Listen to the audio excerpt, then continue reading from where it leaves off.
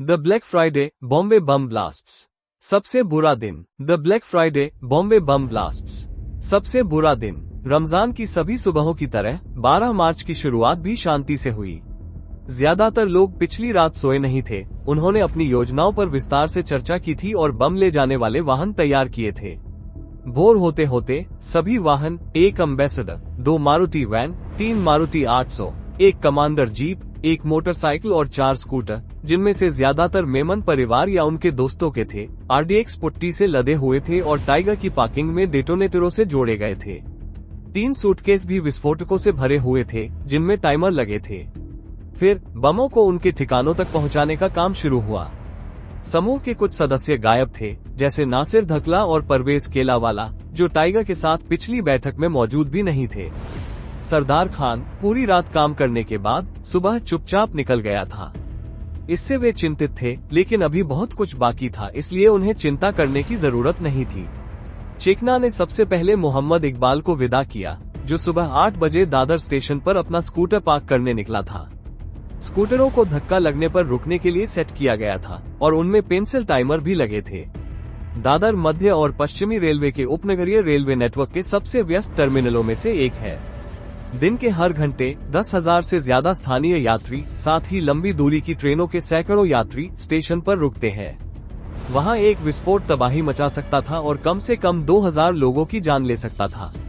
इकबाल अपना scooter station के मुख्य निकास द्वार के ठीक बाहर पार्क करना चाहता था। वो टर्मिनल के तिरछे सामने स्थित स्वामी नारायण मंदिर गया। जब वो पार्किंग के लिए उपयुक्त जगह ढूंढ रहा था, तभी स्टेशन से यात्रियों का एक समूह निकला और पास के एक टैक्सी कियोस्क पर कतार में लग गया, जिस पर एक ट्रैफिक पुलिसकर्मी नजर रख रहा था। इकबाल ने कियोस्क के पास गाड़ी पार्क करने की कोशिश की, लेकिन पुलिसकर्मी ने उसे सीटी बजाकर इशारा किया कि वह वहां गाड़ी पार्क नहीं कर सकता और वो ट्रैफिक के प्रवाह में बाधा डाल रहा है। सीटी और उसके साथ आए गुस्से भरे हाव भावों ने इकबाल को इतना घबरा दिया कि उसका पहला ख्याल स्कूटर छोड़कर भागने का आया। लेकिन उसे एहसास हुआ कि इससे स्थिति और बिगड़ेगी, इसलिए उसने माफी मांगते हुए सिर हिलाया और नायगांव क्रॉस लेन की ओर चल दिया। वो इस परियोजना को छोड़ने के लिए बहुत उत्सुक था, लेकिन चिकना को बताने का विचार उसे डरा रहा था। इसलिए उसने आखिरकार स्कूटर को यात्रियों द्वारा इस्तेमाल किए जाने वाले पैदल यात्री पुल के पास पार्क करने का फैसला किया, जो एक और बहुत ही भीड़भाड़ वाला इलाका था। पहला बम स्कूटर की डिक्की में लगाया गया था। फिर उसने एक टैक्सी बुलाई और अल हुसैनी लौट आया। लगभग 11 बजे रात को परवेज शेख, असगर मुकदमा और उनके चचेरे भाई शोएब घनसारे, जिन्हें मदद के लिए बुलाया गया था, एक मारुति वैन में टनर रोड, बांद्रा स्थित अनवर थेबा के घर के लिए रवाना हुए। थेबा ने तीनों होटलों में कमरे बुक कर लिए थे और 11 मार्च को चाबियां भी ले ली थी। जब वे थेबा के घर पहुंचे तो उन्होंने उसे सचेत करने के लिए हॉर्न बजाया। थेबा ने पुष्टि की कि उनके पास तीनों सूटकेस हैं और फिर उन्हें ऊपर बुलाया। वहां उनकी मुश्ताक तरानी से मुलाकात हुई, जो ताजमहल होटल में टाइगर और उसके कुछ साथियों से मिला था। उसने एक महंगा, अच्छी तरह से कटा हुआ सूट पहना हुआ था और एक व्यापारी लग रहा था। उसे सूटकेस जुहू सेंटो में छोड़ने थे। पांचों फिर से चल पड़े। मुश्ताक को लिंकिंग रोड पर उतार दिया गया। थेबा ने उसे संजीव रॉय के नाम से बुक किए गए कमरा नंबर 3078 की चाबियां और रसीद, एक हल्के नीले रंग का सूटकेस और कुछ पैसे दिए। उसने मुश्ताक को बताया कि लगभग 2.5 घंटे में बम फटने वाला है। उसने मुश्ताक को ये भी याद दिलाया कि सूटकेस जमा करने के बाद चाबियां और रसीद उसे वापस कर दे।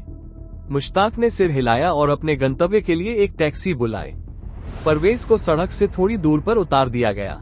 समुद्र तट पर स्थित जुहू सेंटो बॉम्बे के पश्चिमी उपनगरों के सबसे बेहतरीन होटलों में से एक माना जाता था और दुनिया भर के व्यापारिक यात्रियों के बीच बहुत लोकप्रिय था।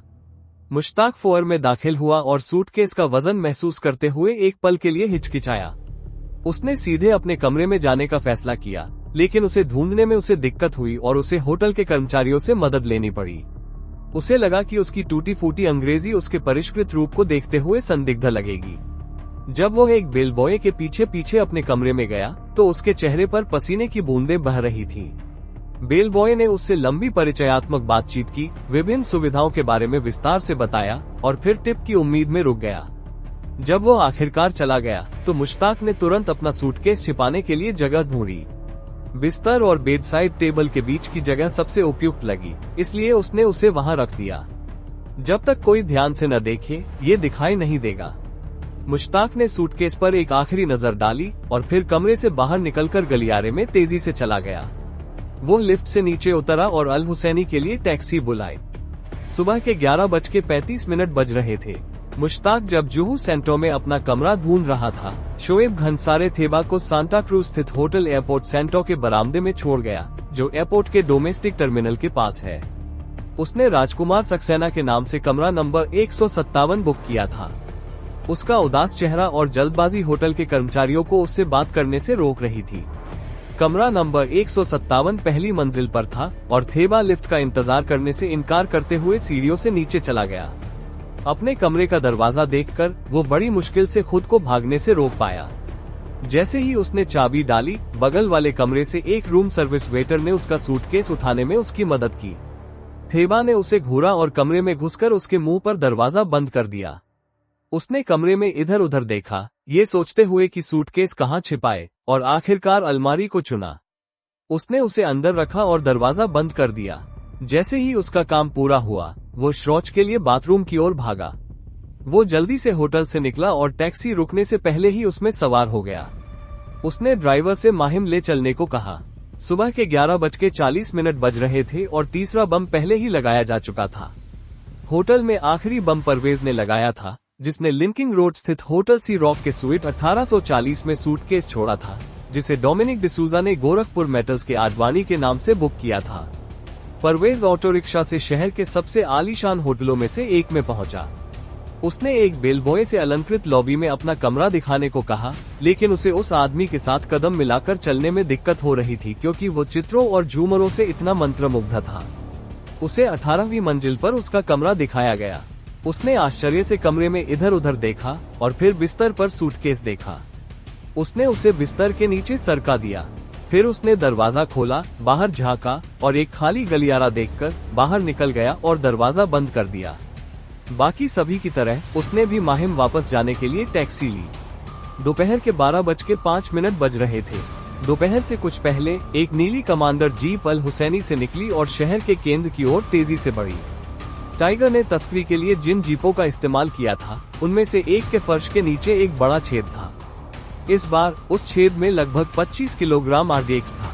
ड्राइवर अब्दुल गनी तुर्क था। उसे वली स्थित क्षेत्रीय पासपोर्ट कार्यालय के बाहर जीप खड़ी करनी थी। ट्रैफिक कम था और सफर ज्यादा लंबा नहीं था। वो दोपहर के कुछ देर बाद उस इलाके में पहुंचा और एक ऐसी पार्किंग ढूंढने के लिए अपनी गाड़ी धीमी कर दी जहां विस्फोट से ज्यादा नुकसान हो सकता था। लेकिन कार्यालय के अंदर और आसपास की सभी पार्किंग जगहें भरी हुई थी। उसके पास दो विकल्प थे, या तो कार्यालय के सामने जीप को दो तरफ पार्क करके ट्रैफिक पुलिस द्वारा टो किए जाने का जोखिम उठाए, या उसे सड़क के उस पार क्षेत्रीय पासपोर्ट कार्यालय के सामने छोड़ दे। एक शराब की दुकान के सामने जगह थी और वो बड़ी मुश्किल से जीप को उसमें फिट कर पाया। उसने दरवाजे बंद किए और बाहर निकला। 5वां बम अपनी जगह पर था। जीप से उतरते ही उसे बेचैनी महसूस हुई। उसने किसी तरह एक टैक्सी ढूंढी और भिंडी बाजार की ओर चल पड़ा। दोपहर के 12:30 बज रहे थे। उसने सोचा कि अगर किस्मत अच्छी रही तो वो शहर में अभी भी जुमे की नमाज अदा कर सकता है। जब वो अपनी जीप के लिए पार्किंग की जगह ढूंढ रहा था, तभी वर्दीधारी ड्राइवर फारूक पावले के साथ एक सरकारी दिखने वाली सफेद एम्बेसडर कार माहिम से नरीमन पॉइंट के लिए निकली, जो शहर के व्यापारिक जिले का केंद्र है। उसका गंतव्य एयर इंडिया बिल्डिंग था। भारी ट्रैफिक से बचने के लिए उसे लगभग 35 मिनट लगे। एयर इंडिया बिल्डिंग में एम्बेसडर के लिए पार्किंग की जगह ढूंढना आसान साबित हुआ। चूंकि एम्बेसडर को अभी भी नौकरशाहों और राजनेताओं द्वारा इस्तेमाल की जाने वाली सरकारी कार माना जाता था, इसलिए इमारत के सुरक्षा गार्ड ने कार को ऊंची गगनचुंबी इमारत के नीचे संकरे रास्ते में जाने दिया। पावले ने कार को गलियारे से नीचे उतारा और भूतल पर बैंक ऑफ ओमान के पिछले निकास द्वार के बाहर खड़ी कर दी। 6ठा बम लगाया जा चुका था। जैसे ही वो कॉम्प्लेक्स से बाहर निकला और फुटपाथ पर चला, उसने एक नीली मारुति 800 को इरफान चौगुले चलाते हुए देखा और उसके बगल में एक शानदार 3-पीस सूट पहने तनूर बैठा था। मंत्रालय के पास से गुजरते हुए तनूर ने उस नीरस इमारत की ओर देखा। अगर चिकना BMC को उड़ा रहा है तो मंत्रालय क्यों नहीं? आखिरकार सबसे बड़े हरामजादे तो यही रहते हैं। इरफान ने जवाब दिया, चिंता मत कर, चिकना BMC को खत्म करने के बाद इसको भी फोड़ेगा। कार BMC की ओर तेजी से बढ़ी। दोपहर के 12:50 बज रहे थे। इमारत के बाहर तनूर कार से बाहर निकला और अपने ड्राइवर इरफान को कुछ निर्देश देता हुआ दिखाई दिया, जिसने जवाब में सिर हिलाया। इरफान पार्किंग की जगह ढूंढते हुए सड़क पर चला गया। दलाल स्ट्रीट शहर के सबसे घनी आबादी वाले इलाकों में से एक है और अगर इरफान साइकिल से भी जा रहा होता तो उसे पार्किंग की दिक्कत होती। जब ये समूह बम विस्फोटों की योजना बना रहा था तब उन्होंने यातायात की समस्या पर चर्चा की थी, लेकिन उन्होंने कभी नहीं सोचा था कि पार्किंग इतनी बड़ी समस्या बन जाएगी। इरफान जानता था कि शेयर बाजार उनके मुख्य लक्ष्यों में से एक था, वे इसे नजरअंदाज नहीं कर सकते थे। उसने यू टर्न लिया और कार को बीएसई के गेट की ओर फिर से रेंगने दिया। गेट पर खड़े तैनूर को एहसास हुआ कि इरफान को पार्किंग की जगह नहीं मिली है। उसने बीएसई के बेसमेंट में पार्किंग से एक हिंदुस्तान कॉन्टेसा कार निकलते देखी और इरफान को कार अंदर लाने के लिए बेताब होकर हाथ हिलाया। जैसे ही इरफान गाड़ी लेकर अंदर आया, सुरक्षा गार्ड, जिसने तैनूर को हाथ हिलाते नहीं देखा था, ने उसे रुकने का इशारा किया। ये देखकर तैनूर गार्ड की ओर दौड़ा। इरफान, जो एक गुस्सैल स्वभाव का व्यक्ति था, पहले ही गार्ड से बहस कर चुका था। उनके पास आकर तैनूर गार्ड से गुजराती में बात करने लगा, जो बाजार के सबसे धनी खिलाड़ियों की भाषा है। प्रभावित होकर गार्ड ने कार को बेसमेंट की पार्किंग में जाने दिया। इरफान ने कार बे 64 में खड़ी कर दी और वह और तैनूर चुपचाप वहां से चले गए। पावले दोपहर 1:15 बजे अल हुसैनी पहुंच गए और अपने दूसरे काम के लिए निकल पड़े, जिसके लिए उन्होंने बादशाह खान को साथ चलने को कहा था। उन्हें सेना भवन के बाहर एक सफेद मारुति 800 कार पार्क करनी थी। बादशाह ने गाड़ी चलाने का फैसला किया। जब वे अपने गंतव्य पर पहुंचे तो बादशाह किले जैसी इमारत के ठीक बाहर पार्क करना चाहते थे, लेकिन एक ट्रैफिक पुलिसकर्मी ने उनका चालान काटने की धमकी दी। पावले की पुलिसकर्मी से बहस होने लगी तो बादशाह ने सुझाव दिया कि वे सेना भवन के बगल में स्थित लकी पेट्रोल पंप पर पार्क करें, जो कि उन्होंने योजना के दौरान प्रस्तावित किया था। 12 मार्च 1993 पेट्रोल पंप पर ये वही दिन है जिस दिन में देश तबाही की मचनी तय दहल उठी थी। लेकिन पेट्रोल पंप पर भी उन्हें परेशानी का सामना करना पड़ा। देश में कर्मचारियों ने उन्हें बताया कि जब तक कार की सर्विसिंग नहीं हो जाती, में वे पार्क नहीं कर 257 लोग सकते। मौत की पावले से एक और बहस हो रही थी, तभी बादशाह ने सेना भवन के बगल में स्थित मोहम्मद अली बिल्डिंग की ओर जाने का फैसला किया। रफ्तार से दौड़ रही थी। बादशाह ने पावले से टैक्सी लेने को कहा, जबकि वो कार पार्क कर रहे थे। ठीक दिन के 1:30 बजे उसने पेट्रोल पंप के सबसे दूर सेना भवन के जितना हो सके पास और लोगों ने गाड़ी पार्क की, गाड़ी लॉक की और दौड़कर उस टैक्सी की ओर बढ़ा जिसमें पावले इंतजार कर रहा था। धमाके के बाद धुएं का वे गुबार वाहन के लिए निकल तो तबाही का मंजर सामने बम लगा दिया गया। इन्वेस्टमेंट की टाइगर के बिजनेस मैनेजर असगर मुकादम को शाहनवाज कुरैशी के साथ प्लाजा सिनेमा के बाहर मारुति 800 पार्क करने के लिए कहा गया। 250 असगर हिचकिचा रहा था, लेकिन चीखना की जिद करने पर उसे मान जाना पड़ा। बीएसई का धमाका तो बस गाड़ी चलाकर गाड़ी के इसके बाद शुरू हुआ धमाका। हमें कहाँ पार्क करना चाहिए? 45 मिनट बाद शाहनवाज ने बातचीत शुरू करने की कोशिश की। अनाज मंडी में आपका एक फैसला, ट्रक में मैं यहाँ सिर्फ आपका साथ मंडी देने में आया। 5 लोग मारे गए और कई लोग लहूलुहान जमीन पर पड़े। इसके बाद लोगों को अस्पताल ले जाने के लिए एम्बुलेंस के सायरन बजने लगे। राजकुमार की फिल्म तिरंगा का मैथिली शो शुरू हो चुका था। प्लाजा के आसपास की सड़कों और गलियों में काफी जगह शिवसेना भवन असगर सिनेमा हॉल के ठीक बाहर परिसर में ही गाड़ी पार्क करने में कामयाब हो धमाके में गए, लेकिन एक चौकीदार दौड़ता हुआ आया और उनसे गाड़ी हटाने को कहा। शाहनवाज आक्रामक होने लगे, लेकिन असगर ने चौकीदार को समझाने की 3 मिनट के भीतर ही स्टॉक हमें एक्सचेंज के कुछ ही दूर नरीमन पॉइंट की अगर हम नाना पाटेकर के संवाद नहीं सुन पाएंगे तो फिल्म देखने का क्या मतलब था कि 20 लोगों ने अपनी जान गंवा दी और करीब 87 लेकिन आखिरकार उन्होंने गाड़ी इमारत की पश्चिमी दीवार को लगभग छूते हुए छोड़ा। 12 मिनट के भीतर ही वर्ली के संचित बाजार के सामने मौत का सिनेमा परिसर से बाहर निकल गए और बस में धमाका हुआ था। 5 दूसरी बसें भी इसकी चपेट में आ गई। अकेले इस धमाके में 113 और परवेज शेख अपने काम से लौटे और चिकना को बताया कि होटल में बम रखे गए हैं। बस धमाके की विभीषिका से लोग संभले भी नहीं थे कि माहिम क्रॉस वे में धमाके ने 3 की जान और उसे जवेरी बाजार के आसपास पार्क करें। उसने उन्हें बताया कि शोएब इसके 20 मिनट के भीतर ही हीरे बाजार के बाजार धमाके से दहल उठा और 17 लोग मारे गए। उसका मकसद सोने के बाजार को ज्यादा से ज्यादा नुकसान पहुंचाना था। विस्फोटक रखे गए थे। हाँ वे क्या? मुश्ताक ने पूछा। इसके बाद 5 दोनों अंडरग्राउंड हो सकते बांद्रा के चिकना ने उन्हें विनम्र लहजे में 18वीं बताया। मंजिल में धमाका हुआ। मुश्ताक और इम्तियाज दोपहर करीब 1 बजे वहां से चले गए। जब शाहनवाज टाइगर के 5वीं मंजिल वाले फ्लैट पर पहुंचा, लेकिन 3 मिनट बाद 1 बजे प्लाजा सिनेमा की पार्किंग में खड़ी चिकना कार और में परवेज धमाके आवाज में 10 बातें लोगों कर की रहे जान थे। ले ली, जबकि शाहनवाज 37 लोग इंतजार घायल कर रहा था। परवेज ने अचानक बातचीत खत्म की और अपनी आदत के मुताबिक खुदा हाफिज कहकर चला गया। परवेज को मस्जिद बंदर इलाके के किसी भी बड़े बाजार में स्कूटर पार्क करने का काम सौंपा गया था। ऐसी जगह जहां कुछ बड़े थोक व्यापारी प्रभावित हुए। बहुत तेज गाड़ी चलाते हुए परवेज जल्द ही मस्जिद बंदर होटल के धमाके की आवाज सड़कों पर भी नहीं थी कि फिर दोपहर आमतौर पर इस इलाके में जाने का सबसे बुरा समय होता है। हालांकि कोई इधर उधर देखते हुए उसने कटरा बाजार जाने का फैसला किया, जहां प्रवेश करना अपेक्षाकृत आसान लग रहा था। तो मुंबई में मानो मशक्कत और बहस के बाद परवेज बाजार में तो घुस गया, लेकिन जल्द ही उसे एहसास हुआ कि वो वहां की भीड़ वाली भीड़ में ज्यादा दूर नहीं जा पाएगा। पर हमला बोल दिया था। उसने इंजन बंद कर दिया और स्कूटर को फुटपाथ पर घसीटता रहा जब तक उसे लगा कि वो उसे और आगे नहीं खींच सकता। कार्यालय, इमारत वगैरह को लक्ष्य बनाया गया था जहां वो अधिक से अधिक लोग और उसे इस मुश्किल काम को स्वीकार करने पर पछतावा होने लगा। आर्थिक क्षति पहुंचाई। मातृछाया भवन धमाकों में करीब 27 करोड़ रुपए की संपत्ति को नुकसान पहुंचा था। धमाके के बाद भोजन के लिए बाहर गया था और कियोस्क बंद था। रोते बिलखते और परवेज ने स्कूटर उसके बगल में खड़ा रहे थे। चारों ओर एक नजर डाली और मस्जिद बंदर रेलवे स्टेशन की ओर दौड़ा, जहां से वो माहिम जाने वाली हावड़ लाइन ट्रेन पकड़ने वाला। कितनों की कलाइयां। 10वां बम रखा गया था। दोपहर के लगभग 1:30 बज रहे थे और पहला बम पड़ने ही वाला था।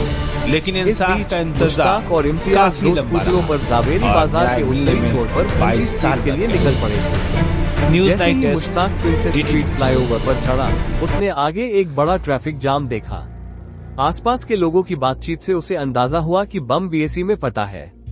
इससे उसकी अपना काम पूरा करने और जल्द से जल्द भूमिगत हो जाने की इच्छा बढ़ गई। वो धनजी स्ट्रीट गया और डीपी ज्वेलर्स के सामने एक खाली जगह देखकर अपना स्कूटर वहीं खड़ा कर दिया। दुकान के आसपास के लोगों ने आपत्ति जताई, लेकिन उसने कहा कि वो बस शुक्रवार की नमाज के लिए जा रहा है और जल्द ही लौट आएगा। जैसे ही मुश्ताक ने अपना स्कूटर स्टैंड पर लगाया, उसने इम्तियाज को थोड़ी ही दूरी पर स्कूटर पार्क करते देखा। दोनों ने अपने स्कूटर खड़े किए और चल दिए। समय दोपहर के 2:15 बजे थे। मुश्ताक पास के मोहम्मद अली रोड स्थित अपने घर वापस चला गया, जबकि इम्तियाज माहिम के लिए निकल गया। मुश्ताक और इम्तियाज के धनजी स्ट्रीट में प्रवेश करने के कुछ ही मिनटों के भीतर शोएब घनसरे शेख मेमन स्ट्रीट पहुंच गया। उसने अपना स्कूटर शेख मेमन स्ट्रीट और मिर्जा स्ट्रीट के जंक्शन पर जावेरी बाजार के दक्षिणी छोर पर पार्क किया। यह वो निशाना था जहां सबसे ज्यादा बम 3 लगाए गए थे और इलाके के दोनों छोर पर 13वां बम भी लगभग दोपहर 2:15 बजे लगा दिया गया था। शोएब ने दोपहिया वाहन को लॉक करके घर के लिए प्रस्थान किया। अल हुसैनी में सुबह का उन्माद समाप्त हो गया था। चिकना ने अपने बाकी साथियों को बुलाया। अब बस सीधा हमला बाकी है। हमें 2 जगहों पर ग्रेनेड फेंकने हैं, माहिम में मच्छीमार कॉलोनी और हवाई अड्डे पर। और हमें 2 इमारतों में धावा बोलना है, बीएमसी मुख्यालय और मंत्रालय। उसने इकबाल और नसीम को हवाई अड्डे पर ग्रेनेड फेंकने का काम सौंपा। उसने उनसे एक बाइक लेने को कहा और उन्हें 4-4 ग्रेनेड दिए। तैनूर, मोइन, जाकिर, फिरोज, बशीर इलेक्ट्रीशियन, अब्दुल अख्तर और महमूद को नीली मारुति वैन लेकर मच्छीमार कॉलोनी में ग्रेनेड फेंकने थे। वो और बाकी 4 लोग, बबलू, बादशाह खान, शेख अली और बशीर खान, बीएमसी में धावा बोलेंगे जो आखिरी बची गाड़ी थी, एक मैरून मारुति वैन, और फिर मंत्रालय की ओर बढ़ेंगे। दोपहर 2 बजे के कुछ ही देर बाद तीनों गाड़ियां अल हुसैनी कार पार्क से निकल गईं। कुछ ही मिनटों में दूसरा धमाका शहर के काठा बाजार स्थित अनाज मंडी को हिलाकर रख दिया और इसके तुरंत बाद एयर इंडिया बिल्डिंग में धमाका हुआ। जैसे ही बबलू वैन को कैडेल रोड से बीएमसी की ओर ले जा रहा था, उसमें सवार सभी लोग चिंतित मनोदशा में लग रहे थे। उनके पास कई AK-56 असॉल्ट राइफलें, डेटोनेटर और हथगोले थे। बादशाह ने एक बार चुप्पी तोड़ी और पूछा कि क्या उनके पास भाजपा और शिवसेना के सभी नेताओं के लिए पर्याप्त गोला बारूद है। चिकना ने उन्हें आश्वस्त किया कि उनके पास है। जैसे ही वे प्रभादेवी रोड पर गाड़ी चला रहे थे, चौथा धमाका सेना भवन के पास लकी पेट्रोल पंप पर हुआ।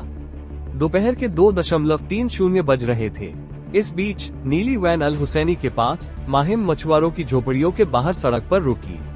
तैनूर ने कार को किनारे पर ऐसी जगह पर खड़ा किया जहां झोपड़ियों का पूर्वी छोर फेंकने की दूरी पर था।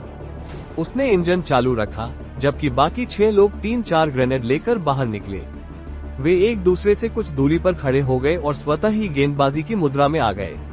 उन्होंने गिनती की 1, 2, 3 और फिर एक के बाद एक ग्रेनेड फेंकने लगे।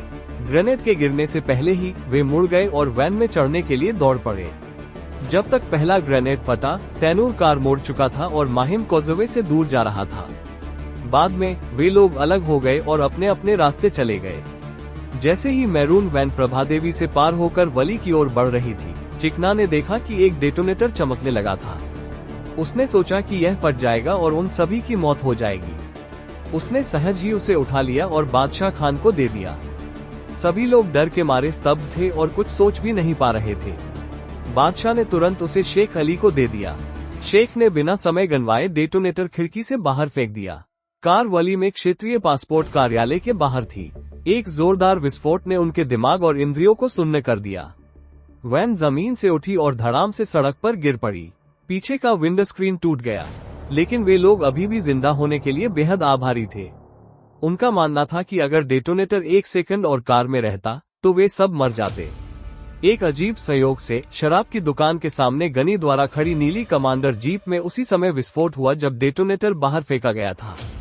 चिकना और उसके आदमी मौत के मुंह में जाने से इतने घबरा गए थे कि उन्होंने इस घटना को अल्लाह का इशारा समझा कि उन्हें अपने मिशन को आगे नहीं बढ़ाना है। चिकना ने बबलू से वैन किसी जगह खड़ी करने को कहा और कहा कि वे गाड़ी छोड़ देंगे। बबलू ग्लेक्सो फैक्ट्री से दाएं मुड़ा और सीमेंस फैक्ट्री के पास से गुजरा। चिकना ने इशारा किया कि उन्हें वैन यहीं छोड़नी है। बबलू ने सीमेंस फैक्ट्री के बंद गेट के बाहर वैन खड़ी कर दी। लोग बाहर निकले और उसने गाड़ी लॉक कर दी। सदमे में वे गाड़ी में रखे हथियार इकट्ठा करना भूल गए। हालांकि भारी AK-56 को बिना ध्यान आकर्षित किए ले जाना मुश्किल होता। वे एक टैक्सी स्टैंड तक गए। एहतियात के तौर पर उन्होंने तय किया कि एक समय के बाद वे टैक्सी बदल लेंगे। वे 2 टैक्सियों से हाजी अली जंक्शन पहुंचे, जहां से वे 2 और टैक्सियों से दक्षिण बॉम्बे के नागपाड़ा पहुंचे, जहां चिकना ने अपने रिश्तेदारों के घर में कुछ घंटों के लिए छिपने का फैसला किया था। जब जावेरी बाजार और प्लाजा में विस्फोट हो रहे थे, इकबाल और नसीम टाइगर के भाई अयूब मेमन की हीरो होंडा मोटरसाइकिल पर हवाई अड्डे की ओर जा रहे थे। बाइक चला रहे इकबाल को पता था कि उसने ये काम इसलिए स्वीकार किया है क्योंकि बाकी लोग जो कर रहे थे वह ज्यादा जोखिम भरा था। नसीम, जो पीछे बैठा था, उसे ग्रेनेड फेंकने का असली काम करना था। वे हवाई अड्डे में दाखिल हुए और फ्लाईओवर की ओर बढ़े, उस जगह तक जहां बादशाह ने उन्हें बताया था। उन्हें बेचावन दिखाई दे रहा था। दोपहर का समय था और हवाई अड्डा सुनसान था। उन्होंने चारों ओर देखा कि कोई देख तो नहीं रहा, और फिर नसीम ने एक के बाद एक 3 ग्रेनेड फेंके। नसीम के चल भाग कहते ही इकबाल ने बाइक का थ्रॉटल घुमाया और वे पूरी गति से पुल से नीचे उतर गए। उन्हें अपने पीछे पुलिस के सायरन बजने का अंदेशा था, लेकिन उनका डर निराधार था। पहली प्राथमिकता मोटरसाइकिल को छुड़ाना था, कहीं किसी ने उसका नंबर नोट करके पुलिस को सूचना न दे दी हो। मरोल फायर स्टेशन से गुजरते ही उन्होंने दमकल की गाड़ियों को हवाई अड्डे की ओर जाते देखा। इकबाल ने दाहिनी ओर मुड़कर एक झुगी बस्ती में प्रवेश किया। पहली सुविधाजनक जगह पर उन्होंने बाइक खड़ी की और अलग हो गए। उस शाम, जब बम्बई के लोग शोक में डूबे हुए थे, आतंकवादी अपनी जीत का जश्न मना रहे थे। नागपाड़ा में जावेद चिकना और उसके साथी उत्सव के मूड में थे। उन्होंने शहर के कई हिस्सों में विस्फोटों की खबरें सुनी थी और एक दूसरे को बधाई दी। चिकना ने इस काम को इतनी अच्छी तरह से समन्वित करने के लिए खुद को विशेष रूप से सराहा। अब बम विस्फोटों में शामिल हर व्यक्ति को बचाना सबसे जरूरी काम था।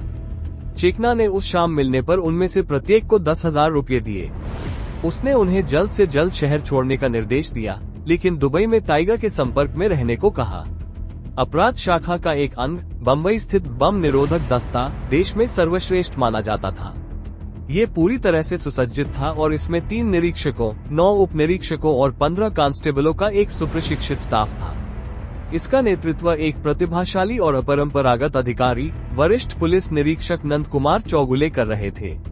चौगुले शहर के सबसे बेहतरीन अधिकारियों में से एक माने जाते थे। वे एक सौम्य और विशाल व्यक्तित्व के धनी थे, जिन्हें उनके सहकर्मी प्यार से नंदू कहकर पुकारते थे। उन्होंने जुलाई 1991 में BDDS का कार्यभार संभाला। हालांकि उस समय उन्हें बमों और विस्फोटकों के बारे में ज्यादा जानकारी नहीं थी, फिर भी उन्होंने दिल्ली में NSG और पुणे के खड़की स्थित 230वीं बम निरोधक कंपनी से व्यापक प्रशिक्षण प्राप्त किया था। 12 मार्च को दोपहर के भोजन के समय पुलिस मुख्यालय से कुछ ही दूरी पर मार्ग पुलिस स्टेशन के पीछे स्टोन बिल्डिंग में स्थित BDDS कार्यालय में एक और नीरस दिन बीता। उनके काम की विशिष्ट प्रकृति को देखते हुए BDDS को केवल असाधारण परिस्थितियों में ही बुलाया जाता था, अन्यथा यह एक नीरस जीवन था। उस दिन कई अन्य लोगों की तरह चौगुले का दोपहर का भोजन बाधित हुआ। पुलिस नियंत्रण कक्ष से BSE में विस्फोट की घोषणा हुई। चौगुले भागे और आदेश देते हुए बाहर निकले। उपकरण ला दो, वैन तैयार करो, जल्दी करो, पंधारे और जराबकर को बुलाओ, जंजीरें लाओ, चलो। एसआई शंकर पंधारे और इंस्पेक्टर अभय जराबकर उनके दो सबसे भरोसेमंद अधिकारी थे। हलचल मच गई। अधिकारियों और सैनिकों ने अपनी हल्के हरे रंग की वर्दियां उतारनी शुरू कर दी, जिनके ओवरऑल पर पीछे बम दस्ता लिखा था।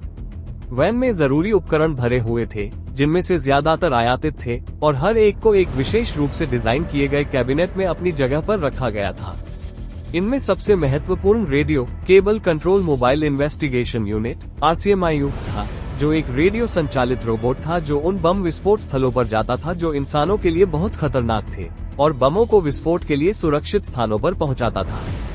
अन्य महत्वपूर्ण उपकरणों में विस्फोटक डिटेक्टर मॉडल 97 EDM 97 शामिल था, जो वाष्पशील पदार्थों का पता लगाने के लिए गैस क्रोमेटोग्राफी का उपयोग करता था, और एक पोर्टेबल मिनी एक्स-रे सिस्टम, जिसका उपयोग संदिग्ध वस्तुओं के अंदरूनी हिस्सों का अध्ययन करने के लिए किया जाता था। अन्य उपकरणों में एक रेडियो संचालित तार शामिल था, जिसका उपयोग विस्फोटकों से भरे संदिग्ध बैग खोलने के लिए किया जाता था। एक deep search metal detector DSMD, जो जमीन से 3 फीट नीचे छिपे उपकरणों का पता लगा सकता था, और एक hand held simple metal detector SMD, जिसका उपयोग आमतौर पर हवाई अड्डों पर यात्रियों की तलाशी के लिए किया जाता था। हालांकि सबसे महत्वपूर्ण डिटेक्टर उन लोगों के पैरों के पास था जब वैन दोपहर 1:42 बजे रवाना हुई। यह जंजीर था, 1 साल का गोल्डन लेब्राडोर रिट्रीवर, जो दिसंबर 1992 में टीम में शामिल हुआ था। चौगुले की तरह उसने भी पुणे में प्रशिक्षण प्राप्त किया था, लेकिन उसकी विशेषज्ञता विस्फोटकों को सूंघने में थी। सायरन बजाते हुए, सिग्नल छोड़ते हुए और नियमों की अवहेलना करते हुए BDDS वैन और 2 एस्कॉर्ट जीपों का काफिला लगभग उसी समय दलाल स्ट्रीट पर पहुंचा जब फायर ब्रिगेड पहुंची। BSE के सामने हरे कपड़े पहने लोग वैन के पूरी तरह रुकने से पहले ही उससे कूदने लगे। चौगुले ने जो देखा उसके लिए वो बिल्कुल तैयार नहीं था। जमीन बिखरा हुआ खाना, टूटे शीशे और खून से लथपथ थी। एक भयानक सन्नाटा पसरा हुआ था और घायल लोग लड़खड़ा रहे थे या जमीन पर पड़े थे। स्थानीय पुलिस अधिकारियों और मदद के लिए रुके राहगीरों के साथ बम निरोधक दस्ते ने मलबे में फंसे लोगों को बाहर निकाला। उनके एक अधिकारी ने हाँफते हुए चौगुले को पुकारा, सर, हमें विस्फोट का केंद्र मिल गया है। ये बेसमेंट की पार्किंग में है। बेसमेंट का दृश्य और भी भयावह था। पार्किंग में लगभग 200 कारें समा सकती थी और कई क्षतिग्रस्त और बर्बाद पड़ी थी। 2 ढही हुई छतों ने कई कारों को चकनाचूर कर दिया था। विस्फोट स्थल पर एक क्षतिग्रस्त नीली मारुति कार खड़ी दिखाई दी। शुक्र है कि खंभे बरकरार रहे, जिससे तबाही कम हुई और बम निरोधक दस्ता और अग्निशमन विभाग घायलों को बचाने में सफल रहे। कम से कम 6 कारों में ड्राइवर स्टीयरिंग व्हील के पीछे मृत पाए गए। तहखाने की हवा में लेड अजाइड की गंध आ रही थी, जो विस्फोटकों का एक प्रमुख घटक है। यह जहरीली गैस इतनी तेज थी कि सांस लेना मुश्किल हो रहा था। चौगुले ने सबसे पहले अधिकारियों और सैनिकों से पूछा कि क्या तहखाने में बमों से लदी कोई और गाड़ी है। चौगुले को पता था कि दुनिया भर के आतंकवादी, जिनमें Irish Republican army IRA, Lebanon की अमल मिलिशिया और PLO शामिल है, हमेशा बम इस तरह लगाते हैं कि दूसरा विस्फोट पहले विस्फोट के आधे घंटे से 45 मिनट बाद होता है। दूसरे विस्फोट का उद्देश्य बचावकर्मियों और पुलिस को मारना था। चेनसो और EDM 97 तहखाने में लाए गए और तलाशी शुरू की गई। 30 मिनट के भीतर उन्होंने तहखाने की अच्छी तरह से तलाशी ले ली, लेकिन कोई और बम नहीं मिला। JCP क्राइम MN सिंह पहुंचे। चौगुले और उनके अधिकारी घबरा गए। सिंह चौगुले की ओर मुड़े। वो किस तरह का बम था? सर, ये किसी प्लास्टिक विस्फोटक जैसा लग रहा है। मुझे लगता है कि यह RDX था। क्या ये बैग में छोड़ा गया कोई टाइम बम था? अभी कुछ भी कहना मुश्किल है, लेकिन मैंने जो देखा है उसके हिसाब से बम मारुति 800 में लगाया गया था। Car bomb. सिंह की भौहें तन गई। हो सकता है इस्तेमाल किए गए विस्फोटकों की मात्रा कुछ किलोग्राम से कहीं ज्यादा थी। किलोग्राम विस्फोटक? सिंह ने अविश्वास से कहा। बिल्कुल महोदय, उन्होंने कम से कम 40 या 50 किलोग्राम उच्च तीव्रता वाले विस्फोटकों का इस्तेमाल किया होगा, चौगुले ने कहा। उन्होंने इसे किसी कार में लाद कर लाया होगा। सिंह अभी इस जानकारी को समझने की कोशिश ही कर रहे थे कि पंदर दौड़ता हुआ उनकी ओर आया। नरीमन पॉइंट स्थित एयर इंडिया की इमारत पर बम से हमला हुआ था। जब तक उन्हें ये जानकारी मिली, विस्फोट को 20 मिनट बीत चुके थे। सिंह तुरंत वहां से चले गए, जबकि चौगुले ने अपनी टीम को वैन में इकट्ठा होने का आदेश दिया और बचाव कार्य में लगे पल्टन रोड पुलिस स्टेशन के अधिकारियों को निर्देश देने के लिए रुके।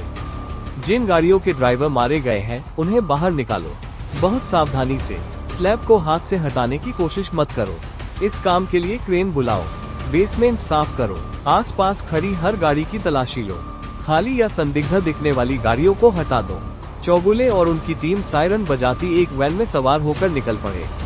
वे टाउन हॉल के सामने हॉनेमन सर्कल पहुंचे और तेजी से एयर इंडिया बिल्डिंग की ओर चल पड़े। वहां का नजारा भी कुछ अलग नहीं था। दमकल कर्मी पहले ही पहुंच चुके थे और मलबा हटाने और फंसे लोगों को निकालने में व्यस्त थे।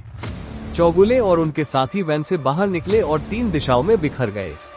एक समूह होटल ओबरॉय की ओर बढ़ा और उसके आसपास खड़ी गाड़ियों का निरीक्षण करने लगा, और दूसरा समूह एक्सप्रेस टावर्स की ओर गया ताकि वहां गाड़ियों का निरीक्षण कर सके। तीसरी टीम ने इलाके से सभी गाड़ियों को हटाना शुरू कर दिया। सामान्य या खाली गाड़ियों को ट्रैफिक पुलिस ने टो कर लिया। चौगुले ने खुद क्षतिग्रस्त एम्बेसडर कार का निरीक्षण किया, जो संभवतः विस्फोट का स्रोत थी। कार के फ्रेम की सावधानी पूर्वक जांच करने के बाद चौगुले घुटनों के बल बैठ गए और गड्ढे का निरीक्षण किया। वो कम से कम 10 फीट व्यास और 7 फीट गहरा था। उसने बेसमेंट से एक बार फिर देखने का फैसला किया। चौगुले ग्राउंड फ्लोर पर गल्फ एयर के ऑफिस में दाखिल हुए। ऑफिस मलबे का ढेर था। चारों तरफ कई लाशें पड़ी थी। अच्छे कपड़े पहने अधिकारी, उनकी कल्प लगी सफेद कमीजें उनके ही खून से लाल हो गई थी। उसने सोचा, ये भयावह दृश्य मुझे हमेशा सताते रहेंगे। लेबनान, फिलिस्तीन और आयरलैंड को त्रस्त करने वाला हाईटेक आतंकवाद आखिरकार भारत आ गया था। वो धीरे धीरे बेसमेंट में उतरा और क्षतिग्रस्त कार को घूरता हुआ खड़ा हो गया। BDDS के एक अन्य सदस्य, पांद्रे और कदम, उसके पास आए और उसे बताया कि पूरे इलाके से कारें खाली करा ली गई हैं। आसपास कुछ भी संदिग्ध या खतरनाक नहीं मिला। चौगुले फिर से बाहर गए और पांद्रे, कदम और जराबकर के साथ ओबरॉय बिल्डिंग की ओर मुंह करके खड़े हो गए। उसकी बाईं ओर ऑफिस के कर्मचारियों का सामूहिक पलायन दिखाई दे रहा था। चौगुले ने अपनी घड़ी पर नजर डाली। दोपहर के 3:45 बज रहे थे। काम छोड़ने का यह अजीब समय है, उन्होंने टिप्पणी की। सर, वे घबरा रहे हैं। व्यापारिक जिले में 2 धमाकों के बाद उन्हें डर है कि अगला धमाका उनका होगा, पंधारे ने कहा। मैंने इतने लोगों की आंखों में मौत का डर पहले कभी नहीं देखा, चौगुले ने लगभग चुपचाप कहा। ये दृश्य मजेदार भी था और दुखद भी। लोग नरीमन पॉइंट से, जहां सभी गगनचुंबी इमारतें जमी हुई थी, चर्चगेट की ओर भागने के लिए दौड़ रहे थे। बेस्ट बसों में जगह के लिए धक्का मुक्की कर रहे थे, टैक्सियों के लिए संघर्ष कर रहे थे। किसी सामान्य दिन चौगुले इस दृश्य को देखकर हंस पड़ते। हालांकि आज ये दुखद लग रहा था कि एक बम विस्फोट शहर में इतना आतंक मचा सकता है।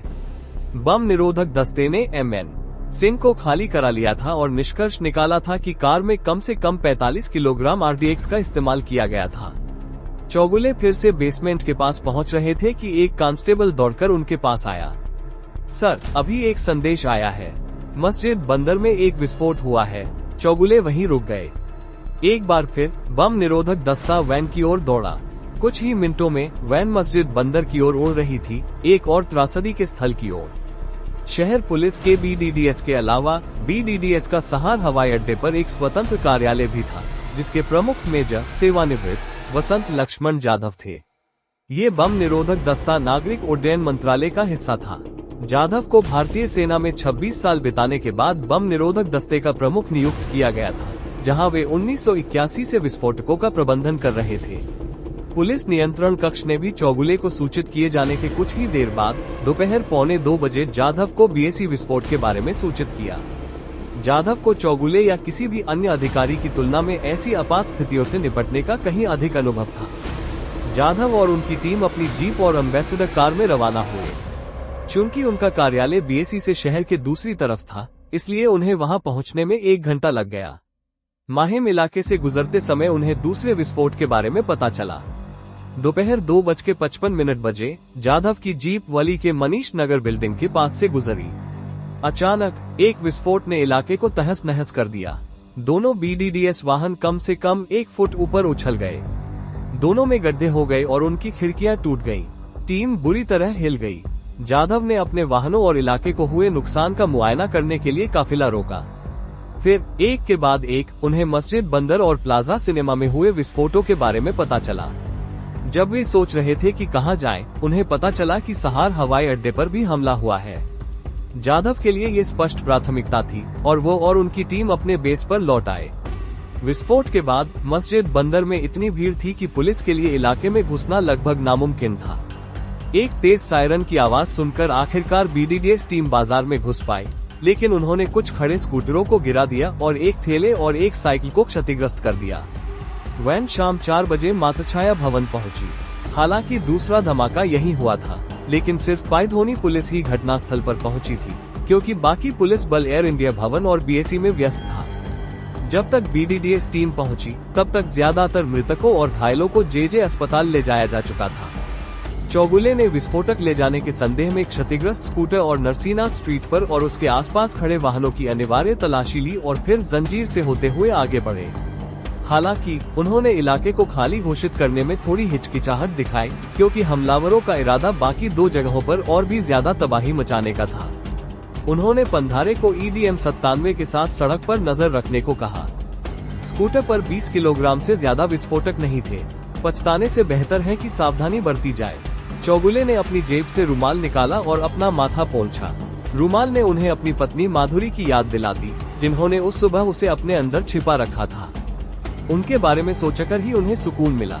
सर, मुझे अभी अभी कंट्रोल रूम से एक संदेश मिला है, कदम ने अपनी तंद्रा तोड़ते हुए कहा। एक और धमाका हुआ है। लगभग 1 घंटा पहले वली के क्षेत्रीय पासपोर्ट कार्यालय में वैन वली की ओर चल पड़ी। जैसे ही वे एनी बेसेंट रोड पहुंचे, वैन रुक गई, क्योंकि पश्चिमी उपनगरों को दक्षिणी बॉम्बे से जोड़ने वाली यह मुख्य सड़क यातायात से जाम थी। थोड़ी देर बाद जब ट्रैफिक पुलिस हरकत में आए और वाहनों का रास्ता बदला, तो कुछ वाहन चलने लगे। वैन शाम 5 बजे वली पहुंची। यहाँ का विस्फोट सबसे विनाशकारी था। हालांकि विस्फोट को लगभग 2 घंटे बीत चुके थे, फिर भी इलाका धुएं के धुंधले बादल में डूबा हुआ था। चौगुले बहुत धीरे से वैन से बाहर निकले। वो घेरे हुए इलाके की ओर चला और ध्यान से चारों ओर देखा। उसने देखा कि विस्फोट से बहुत धूल उड़ी थी, जो हर जगह जम गई थी। पेड़ों के पत्ते, खड़ी कारों की छतें, इमारतों की खिड़कियां। उसने तीसरी मंजिल की बालकनी की ओर देखा, जहां कपड़े सुखाने की रस्सी से कई लंबे रिबन लटके हुए थे। उसे आश्चर्य हुआ कि कोई इतने सारे रिबन क्यों धोएगा, लेकिन फिर उसे एहसास हुआ कि वो असल में 6 गज की एक साड़ी थी। वो किसी चीज से टकराया। उसने नीचे देखा और चीख को दबा दिया। वो एक महिला का हाथ था, जो कोहनी से उड़ गया था। उसकी कलाई की लाल चूड़ियां अभी भी बरकरार थी। आगे बढ़ने पर उसे घुटने से कटा हुआ एक पैर मिला, जिस पर नाइके के जूते और काली पतलून थी, और दूर एक काला धब्बा, जिसे वो सिर के रूप में पहचान सकता था, लेकिन खून और धूल से इतना सना हुआ था कि वो यह नहीं बता सका कि यह किसी पुरुष का है या महिला का। चौगुले घुटनों के बल बैठ गया और अपना चेहरा अपनी हथेलियों में छिपा लिया। उसके आदमियों ने उसे घेर लिया। उन्हें उस दिन जिन 3 विस्फोट स्थलों पर जाना था, उनकी आदत हो जानी चाहिए थी, लेकिन किसी भी चीज ने उन पर इतना बुरा असर नहीं डाला था। किसी तरह चौगुले ने खुद को संभाला और काम पर लग गए। वे उस विशाल गड्ढे की जांच करने लगे जो विस्फोट का केंद्र था। इस बार विस्फोटक एक जीप में लदे हुए लग रहे थे। वे EDM 97 और दूसरे डिटेक्टर ले आए। जंजीर पहले से ही और विस्फोटक ढूंढने के लिए इधर उधर टटोल रहा था। हालांकि वो यंत्रवत काम पर नजर रख रहा था, चौगुले उस भयावहता से पूरी तरह उबर नहीं पाया था और जानता था कि वो उतनी स्पष्टता से नहीं सोच पा रहा था जितना उसे सोचना चाहिए था। वो तेज कदमों से आगे बढ़ा। सर, विस्फोट इतना जोरदार था कि 1 मील से भी ज्यादा दूर तक शीशे टूट गए। सेंचुरी बाजार पूरी तरह तबाह हो गया है। चौगुले ने सिर हिलाया। क्या आपने आसपास की सभी गाड़ियों की जांच कर ली है? कुछ संदिग्ध तो नहीं? हमें कुछ नहीं मिला। हो सकता है कि सिर्फ इसी जीप ने काम किया हो। चौगुले ने एक बेस्ट डबल डेकर बस के क्षतिग्रस्त अवशेष देखे, जो अब धातु के गोले में तब्दील हो चुकी थी। कमजोर और स्तब्ध वो बेतरतीब ढंग से इधर उधर टहलता रहा, जब तक कि जराबकर और पंधारे उसके पास नहीं आ गए। ये किसने और क्यों किया होगा? जराबकर ने पूछा। मुझे बस एक ही नाम याद आ रहा है, चौगुले ने जवाब दिया। दाऊद इब्राहिम। लेकिन वो भी अकेले ऐसे धमाके नहीं कर सकता। तुम्हारा मतलब है कि LTTE Liberation Tigers of Tamil Eelam या PLO इसमें शामिल रहे होंगे? पंधारे ने कहा। कोई भी हो सकता है, चौगुले ने बिना किसी विश्वास के कहा। ये JKLF, जम्मू और Kashmir liberation front, Khalistani commando या ISI भी हो सकता है, लेकिन मुझे लगता है कि दाऊद इसमें शामिल होगा। लेकिन दाऊद एक गैंगस्टर है, आतंकवादी नहीं। ज़राबकर ने कहा, कोई भी विस्फोट मुस्लिम इलाकों में नहीं हुआ है।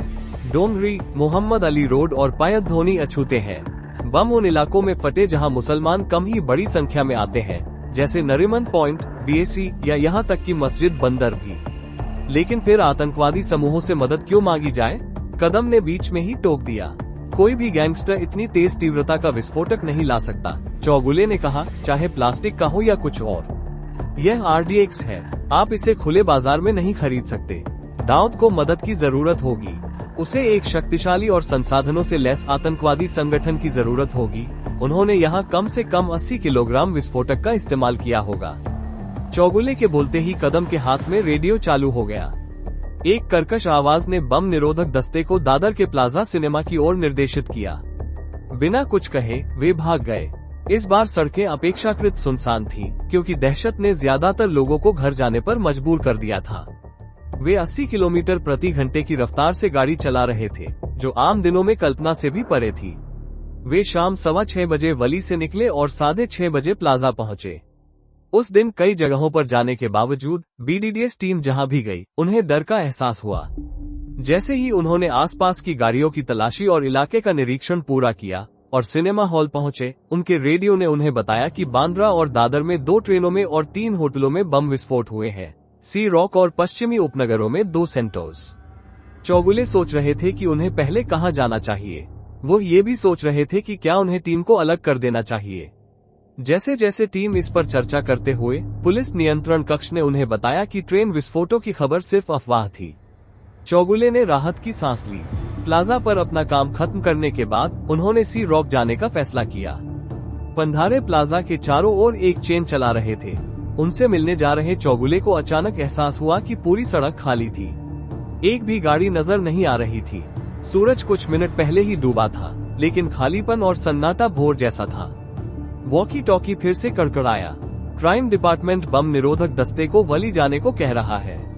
वहाँ एक संदिग्ध मारुति वैन है, आदेश तुरंत है। चौगुले ने सी रॉक जाने की अपनी योजना रद्द कर दी। बम निरोधक दस्ता वली सीमेंस कारखाने की ओर वापस चल पड़ा। जब तक मेजर जाधव सहार हवाई अड्डे पर लौटे, शाम के 5 बज चुके थे। भीड़ भाड़ वाली सड़कों से होकर सफर करने में काफी समय लग गया था। BDDS दस्ता और सहार पुलिस स्टेशन के अधिकारी तुरंत हवाई अड्डे के बीच चौवन पर पहुंचे, जहां ग्रेनेड फेंके गए थे। विस्फोट स्थल पर एक गड्ढा था, जिसका व्यास कम से कम 1 फुट और गहराई 3 फुट थी। जाधव ने मिट्टी में उंगलियां गड़ाई और उन्हें कई छोटे स्टील के गोले मिले। उन्होंने इन्हें और मुट्ठी भर मिट्टी को अपने कार्यालय ले जाने के लिए इकट्ठा किया। वे इन नमूनों को रासायनिक विश्लेषण के लिए एक फोरेंसिक प्रयोगशाला में भेजेंगे। जाने से पहले उन्होंने पुलिस को एक पंचनामा तैयार करने का निर्देश दिया, जो अपराध स्थल और इलाके का एक आधिकारिक दस्तावेज है। जाधव और अन्य अधिकारियों को राहत मिली कि ग्रेनेड ने किसी विमान को नुकसान नहीं पहुंचाया था, बल्कि जमीन पर गिरे थे। कई उतार चढ़ाव के बाद चौगुले और उनकी टीम 9 बजे सीमेंस कारखाने पहुंची। शाम जिस गाड़ी का निरीक्षण करने के लिए उन्हें बुलाया गया था, वो एक मैरून रंग की मारुति वैन थी, जो देखने में ऐसी लग रही थी मानो हाल ही में क्षतिग्रस्त हुई हो। उसकी पिछली खिड़की टूटी हुई थी और उसमें अभी भी कांच के टुकड़े लटक रहे थे। चौगुले ने वली पुलिस स्टेशन के अधिकारियों से सलाह मशविरा किया। पुलिस कांस्टेबल और बम निरोधक दस्ते के जवानों ने उत्सुक दर्शकों को तितर बितर करना शुरू कर दिया। जब भीड़ को सुरक्षित दूरी पर धकेल दिया गया, तो चौगुले, पंधारे और ज़राबकर वैन के पास पहुंचे। उन्होंने खिड़कियों से झांका, लेकिन उन्हें विस्फोटकों की मौजूदगी का कोई संकेत नहीं मिला। तभी चौगुले ने पिछली सीट पर 2 काले बैग पड़े देखे। चौगुले ड्राइवर के दरवाजे के पास गए और ताले का बारीकी से निरीक्षण किया। उन्होंने आयरलैंड और लेबनान में ताले में बम लगाने के मामलों के बारे में पढ़ा था, जो जैसे ही कोई उसे खोलने की कोशिश करता, फट जाता। लेकिन ऐसा लग रहा था कि ताले में कोई तार नहीं था। उसने एक लंबी रस्सी ली, जिसके एक सिरे पर हुक लगा था। उसने धीरे से हुक को हैंडल में फंसाया और चल पड़ा। कुछ दूर जाकर वो मुड़ा और रस्सी को धीरे से खींचा। इस तरह अगर बम फटता भी, तो अनगों और जान माल का नुकसान कम से कम होता। दरवाजा खुल गया। बाकी दरवाजे भी इसी तकनीक से खोले गए। पंधरे ने कार के अंदर, सीट के नीचे और डैशबोर्ड पर देखा। पिछली सीट पर रखे 2 वैक्सीन बैग, जो लगभग 2 फुट लंबे और 1 फुट चौड़े थे, सावधानी से बाहर निकाले गए और जमीन पर रख दिए गए। अब जंजीर की बारी थी। उसने सूखते हुए अपनी नाक हिलाई, अपना चेहरा ऊपर उठाया मानो सांस छोड़ रहा हो और फिर से अपनी नाक बैग की ओर झुकाए। ऐसा लग रहा था जैसे कुत्ता ये सुनिश्चित करना चाहता हो। सबकी नजरें उस पर थीं। जंजीर ने एक बार फिर सांस ली और नाक हिलाई, लेकिन इस बार उसने एक फैसला कर लिया था। कुत्ते ने पंधरे की ओर देखा, फिर सीधे बैग की ओर और 3 बार भौंका। पुलिस अधिकारियों में सन्नाटा छा गया। इसमें कोई शक नहीं कि बैग में विस्फोटक थे। चौगुले बैग की ओर बढ़ा, उसका दिल जोरों से धड़क रहा था। बैग तक 3 कदम चलने में लगे उन छोटे छोटे पलों में उसने अपनी पत्नी और अपने बेटे के बारे में सोचा। फिर उसने उन विचारों को किनारे कर दिया ताकि वो अपना काम कर सके। वो झुका और बैग की जिप खोली। उसे यकीन था कि जिप कोई डेटोनेटर नहीं है, फिर भी वो अपने दिल की धड़कन महसूस कर सकता था क्योंकि वो जोरदार विस्फोट का इंतजार कर रहा था। लेकिन कुछ नहीं हुआ। चौगुले ने राहत की सांस ली। वो सामान की जांच करने लगा। वहाँ 5 AK-56 राइफलें थी, लेकिन कोई भी भरी हुई नहीं थी। जराबकर दूसरी राइफल की ओर बढ़ा और उसे लापरवाही से खोल दिया। उसने 2 AK-56, 4 हथगोले, कई खाली मैगजीन और कुछ जिंदा कारतूस निकाले। पंधरे, जराबकर और चौगुले ने गाड़ी की अच्छी तरह से तलाशी ली। ग्लव बॉक्स में चौगुले को एक छोटा पैकेट मिला जिसमें एक हरी माला थी, जिसका इस्तेमाल मुसलमान नमाज के दौरान करते हैं, और एक प्लास्टिक की बोतल जो आधी पानी से भरी थी, जिस पर अरबी में कुछ लिखा था, जिसके बारे में उन्होंने अनुमान लगाया कि यह किसी पवित्र झरने से आई होगी। ये स्पष्ट लग रहा था कि वैन और हथियार किसी धार्मिक मुसलमान के थे। लेकिन वे हथियार क्यों ले जा रहे थे और उन्होंने उन्हें क्यों छोड़ दिया? डैशबोर्ड में रुबिन मेमन नाम के एक व्यक्ति के नाम से पंजीकरण पत्रों की जेरोक्स प्रतियां और माहिम पेट्रोल पंप की एक पीली रसीद थी। किसी ने 11 मार्च को पेट्रोल के लिए 200 रुपये का भुगतान किया था। उन्होंने आगे की पूछताछ के लिए उसे अपनी जेब में रख लिया।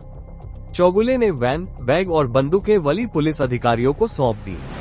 वो और उनकी टीम आधी रात के बाद कार्यालय पहुंचे। पश्चिमी उपनगरों का दौरा करने की योजना अगली सुबह तक के लिए स्थगित कर दी गई। कुछ खाना चाहिए? जराबकर ने पूछा। रात का खाना? चौगुले हक्का बक्का सा लग रहा था। मुझे नहीं लगता कि मुझे फिर कभी भूख लगेगी।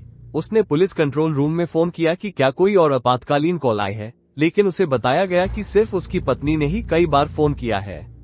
उसने थके हुए मन से घर फोन किया। दूसरी घंटी बजते ही माधुरी ने फोन उठाया। हेलो। उसकी आवाज उसकी सारी थकान दूर करने के लिए काफी थी। मधु। चौगुले को बात पूरी करने की इजाजत नहीं थी। माधुरी ने सवालों की बौछार कर दी। नंदू, कैसे हो? कहाँ थे? क्या तुम्हें चोट लगी है? मैंने रात का खाना नहीं खाया। अभी तुम कहाँ हो? तुम कब घर आ रहे हो? वो मुस्कुराया। उसने उससे कहा कि वो उस रात घर नहीं जाएगा और फोन रख दिया। उसने अपनी मेज पर दोनों पैर क्रॉस करके रखे और आंखें बंद कर ली। नींद कोसों दूर थी, लेकिन उसे इसकी इतनी जरूरत थी कि वह इसका नाटक करने वाला था। उस दिन के तमाम दुखों के बीच कुछ लोग खुश भी थे। षड्यंत्रकारी अपने अभियान की शानदार सफलता से बेहद खुश थे। कुछ लोगों ने टाइगर को बधाई देने के लिए फोन किया। उन्होंने उसे बताया कि स्वर्ग में उसका आलीशान घर निश्चित है क्योंकि उसने जिहाद की परंपरा का पालन किया है। टाइगर इस प्रशंसा की बाढ़ में डूब गया। टीवी पर खबरें देखते हुए उसका उत्साह बढ़ गया। इस खुशी को मनाने के लिए उसने अपने बचपन के दोस्त शेख अजीज अहमद से मिलने का फैसला किया, जो पहले डोंगरी में रहता था और अब दुबई में रहता है। अजीज क्रिकेट और फुटबॉल ऐसे लोगों के साथ खेलता हुआ बड़ा हुआ था जो बाद में दाऊद इब्राहिम और उसके भाई साबिर जैसे अंडरवर्ल्ड सरगना बने। स्कूल के दिनों में वो टाइगर का उसके हटे कट्टे शरीर और धीमी सोच के लिए मजाक उड़ाता था और उसे धमकाता था। लेकिन टाइगर ये सब भूल गया था। उसने अजीज को फोन किया और होटल दिल्ली दरबार में उससे मिलने का इंतजाम किया। टाइगर अपनी चमचमाती लाल फरारी में सफेद कुर्ता पायजामा पहने हुए आया। जैसे ही वे रेस्टोरेंट के एक कोने में बैठे, टाइगर ने पूछा, क्या तुमने BBC पर धमाकों की खबर देखी? तुम्हें क्या लगता है ये किसने किया? मुझे याद है तुमने कहा था कि तुम मुसलमानों के खून का बदला लेने के लिए बेताब हो। टाइगर ने ताना मारा। तो तुमने क्या किया? अच्छा, मैं चाहता था, अजीज ने कमजोरी से कहा। उसे इस ताने से ठेस पहुंची। वेटर उनके आसपास मंडरा रहा था। उन्होंने खाना ऑर्डर किया और सिगरेट जलाए। फिर टाइगर ने कहा, मुझे आपको बताना ही होगा, मैंने ही इसकी योजना बनाई थी। मैंने ही लड़कों को इकट्ठा किया, ऑपरेशन का खर्च उठाया और इसे पूरी तरह से अपने दम पर अंजाम दिया। क्या? अजीज इतनी जोर से चिल्लाया कि लोग घूरने लगे। उसकी आधी धुंधली सिगरेट उसकी उंगलियों से छूटकर उसके गिलास में गिर गई थी। टाइगर अपने आश्चर्य पर मुस्कुराया। अम्मा कहानी सुनती रहीं और बच्चों ने चांद को छू भी लिया। जब बच्चे चांद पर उतरे तब भी चाचा कहानी सुना रहे थे। अजीज को उस आदमी की जीत की कहानी सुनकर बहुत अपमान महसूस हुआ जो कभी उसका सबसे प्रिय था। जैसे ही खाना परोसा गया, अजीज खाने को घूरता रहा। उसका दिमाग तेजी से घूम रहा था। अचानक उसे एक हथियार दिखाई दिया। उसने कहा, लेकिन तुम्हें अच्छी तैयारी करनी चाहिए थी। तुम इससे बच नहीं पाओगे, जानते हो। तुम्हें ऐसा क्यों लगता है? पुलिस को वली में एक लाल वैन मिली। वो हथियारों से भरी थी। उन्होंने कहा कि यह एक बड़ी कामयाबी हो सकती है। फोन कॉल्स में व्यस्त होने के कारण टाइगर ने बीबीसी पर खबर नहीं देखी थी। टाइगर निराश लग रहा था और उसके चेहरे पर दर्द और गुस्सा साफ दिखाई दे रहा था। अजीज ने उसे पहले कभी इस हालत में नहीं देखा था। ऐसा नहीं होना चाहिए था। टाइगर अचानक अपनी सीट से उठकर रेस्टोरेंट से बाहर चला गया। अजीज इतना व्याकुल था कि वो कुछ कह नहीं सका। नई दिल्ली स्थित गृह मंत्रालय के नियंत्रण कक्ष को बीएसई हमले की पहली सूचना दोपहर 2:37 बजे मिली, यानी 1 घंटे 9 मिनट से भी ज्यादा समय बाद। राष्ट्रीय सुरक्षा से जुड़ी इतनी गंभीर जानकारी के लिए यह एक अक्षम्य देरी थी। हालांकि केंद्रीय गृह मंत्री एसबी चौहान और आंतरिक सुरक्षा राज्य मंत्री राजेश पायलट दोनों सीमा सुरक्षा बल बीएसएफ के एक कार्यक्रम में शामिल थे। दोनों मंत्रियों को सूचित करने के लिए तुरंत एक धावक भेजा गया, जो स्थिति का आकलन करने के लिए अपने कार्यालयों की ओर दौड़े। चौहान ने स्थिति का आकलन करने के लिए शाम 5 बजे अपने संसद भवन स्थित कार्यालय में intelligence bureau IB, research and analysis wing raw और केंद्रीय फोरेंसिक विज्ञान प्रयोगशाला सीएफएसएल के शीर्ष अधिकारियों के साथ एक बैठक बुलाई। उन्होंने राष्ट्रीय सुरक्षा गार्ड एनएसजी के बैलिस्टिक विशेषज्ञों सहित अधिकारियों की एक टीम को तुरंत बॉम्बे रवाना होने का आदेश दिया। चौहान ने खुद अगली सुबह वहां जाने की योजना बनाई थी। गृह मंत्रालय का नियंत्रण कक्ष सभी राज्यों की राजधानियों को अलर्ट जारी करने का निर्देश दिया गया है, ताकि उन्हें आतंकवादी हमलों और तोड़फोड़ की संभावना के बारे में सचेत किया जा सके। पायलट ने उस सुबह अपने सचिव को निर्देश दिया था कि वे शाम को अपनी सभी बैठकें पुनर्निर्धारित करें, क्योंकि वो जल्दी घर जाना चाहते थे और शाम अपनी पत्नी के साथ बिताना चाहते थे। उनकी शादी की सालगिरह थी, लेकिन ऐसा नहीं हो सका। उन्होंने प्रधानमंत्री पीवी नरसिम्हा राव के साथ एक बैठक तय करने की कोशिश की। राव सीकर, राजस्थान में थे जब उन्हें ये खबर मिली। जब वो शाम 5:30 बजे दिल्ली स्थित अपने कार्यालय लौटे, तो पायलट ने उन्हें प्रवेश द्वार पर रोक लिया और उन्हें जानकारी दी। पायलट ने सुझाव दिया कि स्थिति की गंभीरता को देखते हुए उन्हें तुरंत बम्बई के लिए रवाना होना चाहिए। जब चौहान को पायलट की योजना के बारे में पता चला, तो उन्होंने भी उसी शाम रवाना होने का फैसला किया। राव ने उन दोनों को साथ चलने के लिए कहा। इस बीच राव के सलाहकारों ने उन्हें जनवरी में हुए सबसे भीषण दंगों के बाद दंगाग्रस्त बम्बई की अपनी यात्रा में देरी करने पर मीडिया और जनता की आलोचना की याद दिलाई। उनका मानना था कि उन्हें भी जल्द से जल्द बम्बई जाना चाहिए।